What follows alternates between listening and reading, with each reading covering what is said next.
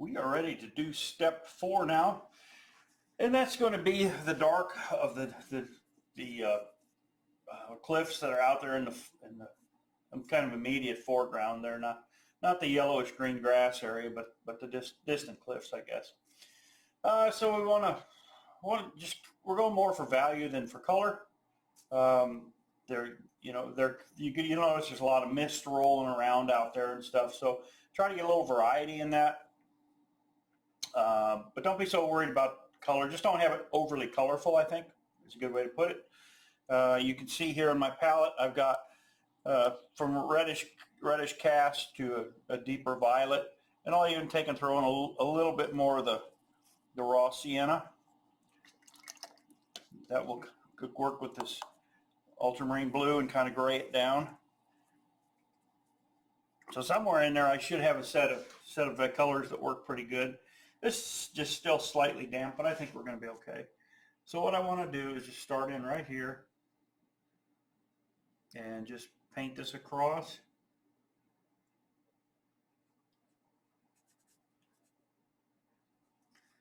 And do some kind of representation of getting the edge there, but not be overly concerned about it right at this point.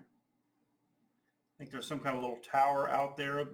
You got to realize that's a long way. That's like probably at least half a mile, maybe 3/4 of a mile out to that most distant rock.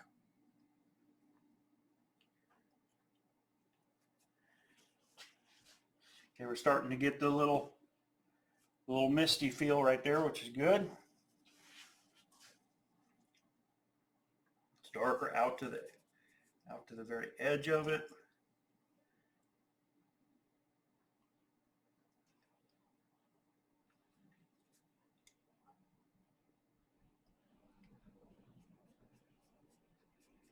Remember, there's some blue down in the water there we want to just keep in mind. I've already put it in, but it may need a little more help. Okay, I can live with that. Now we're going to add maybe a little more blue, a little more burnt sienna as we come towards me. It's going to get darker.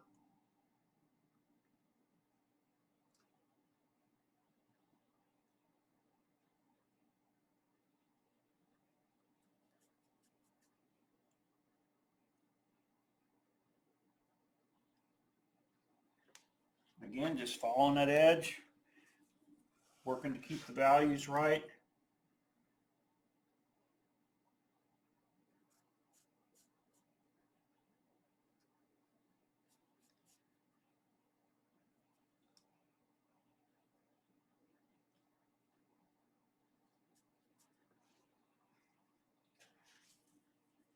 As long as that stays wet, I can come back in and pop some more darks in there. It's more important that you just take your time and not get anxious or panicky painting this. Use plenty of moisture.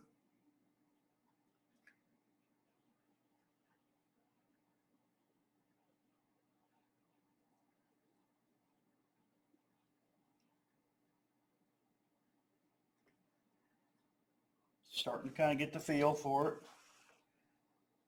We come down along here. I want to switch and pick up some more, probably some cobalt blue now. I just want to get a bluer cast to this in here.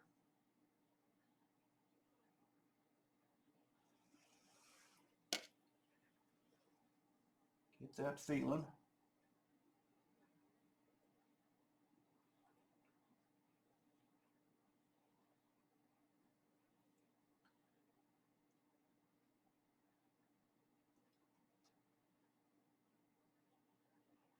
Drop a little bit right in there, darker.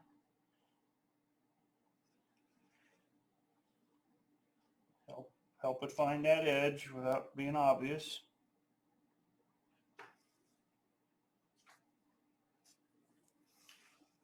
Looking a little blue. It's not my perspective. It's not really that blue, but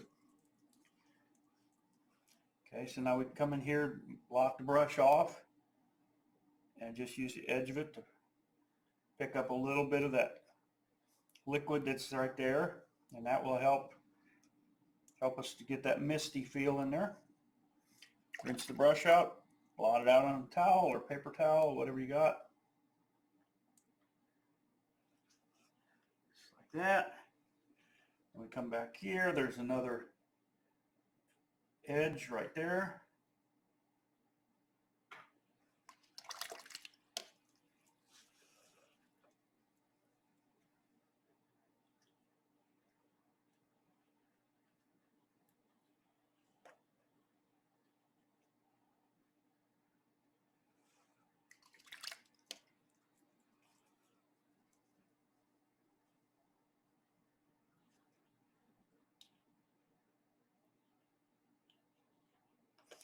A little more mist. And now as we get closer here, we're going to put a little more earthy tone in it maybe.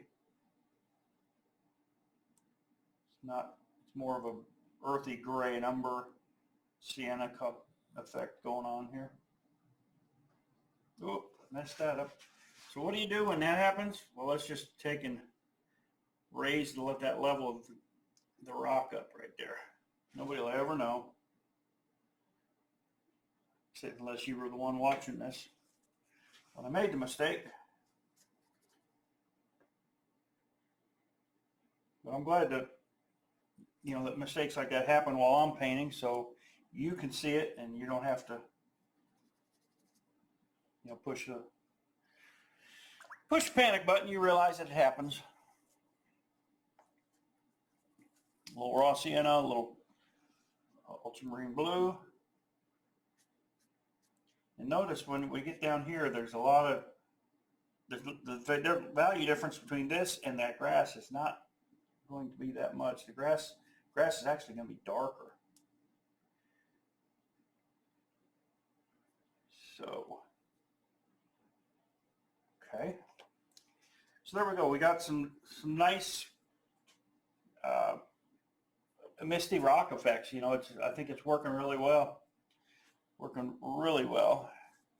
Now there are some little tiny human figures up here. They're just little bitty. If you didn't know what they were, if you weren't there, you would not know what they were.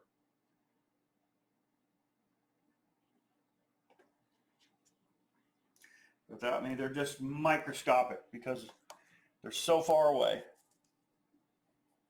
It's hard to even fathom it. And now I'm going to try to drop a little dark and right along this edge here. See if I can get the depth, the effect of that.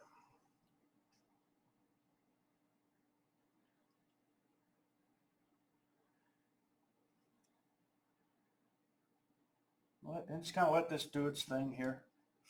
We don't want to control it too much.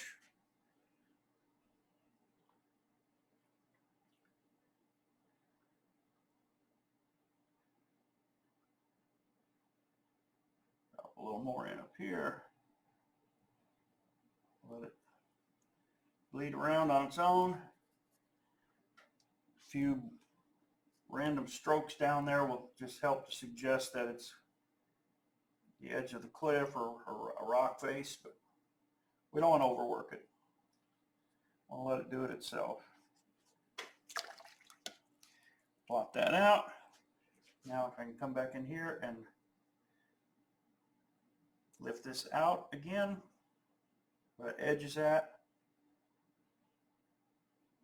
just like that.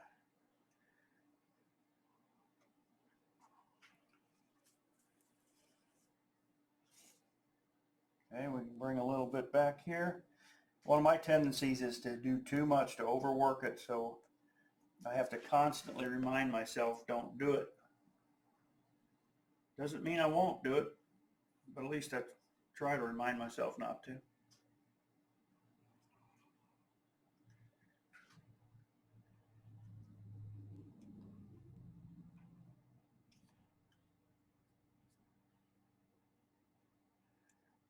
Trying to get something that works here for what I'm after.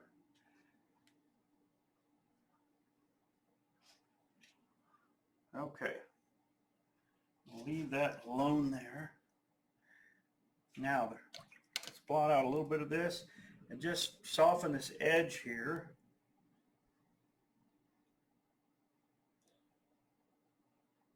That's where that reflection comes from. I guess it is reflection.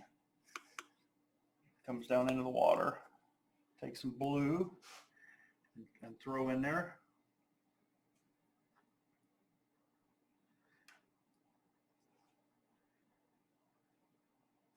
Okay. And then this is going to need to be darker down here.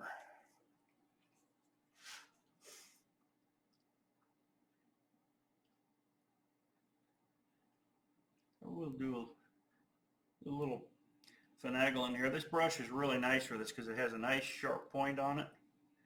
It's a Princeton Long Round 14. Bought it a couple months ago and really like it.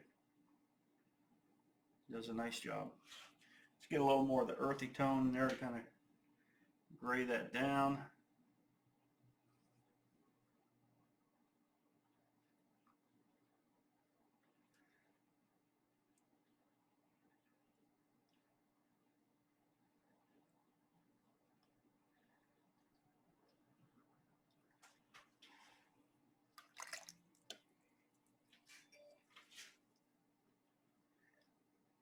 Lighten this up a little bit here.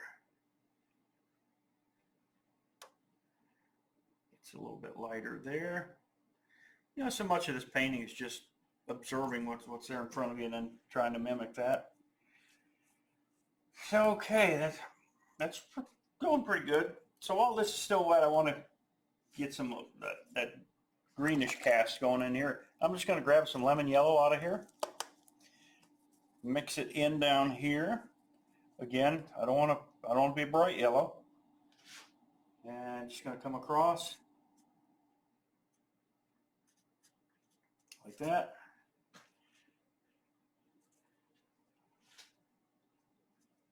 Just like that. Let some of that lavender peek through there.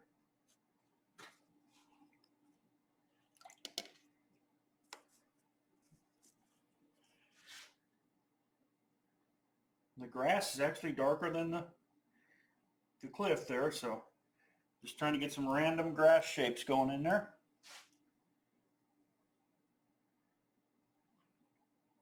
There's actually blues in there, all kinds of stuff.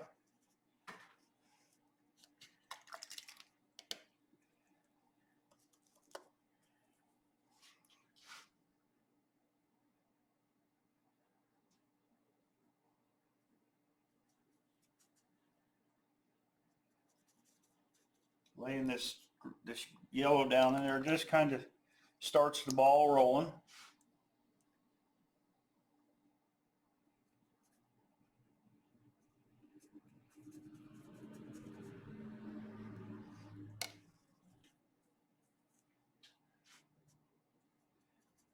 A little red kind of neutralizes it, grays it down. So we're coming along pretty good. We got these blues on the palette here, so I'm just going to start dropping them in. Let some patches of yellow show through, but you can subdue most of it.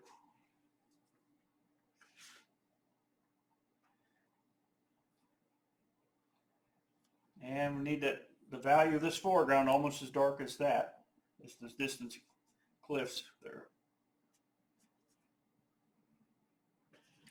Best way to get that is with some ultramarine blue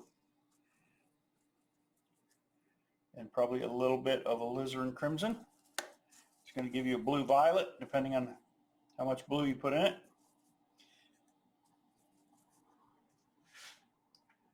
So we look right over in here, there's a nice dark area.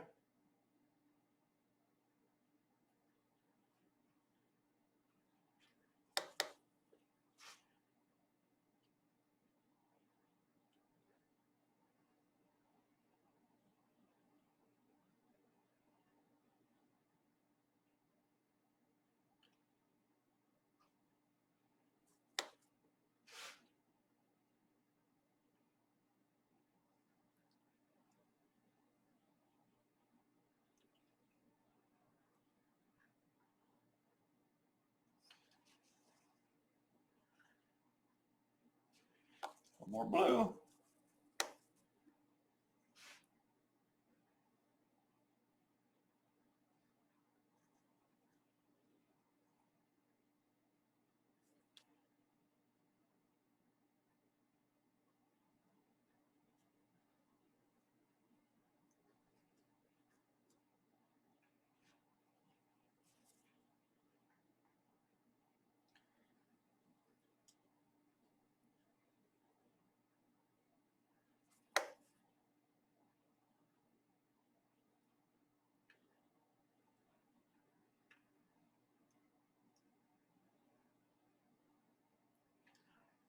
Okay. So we're probably down to the point now where we need to just do some dry brushing on this. Gotta let it actually dry, and then just develop a little bit in the cliffs, develop a little bit more in the foreground here, and I think everything will come together. So we're going to give this a little bit of time to dry, and then we'll be back and see if we can't finish it up.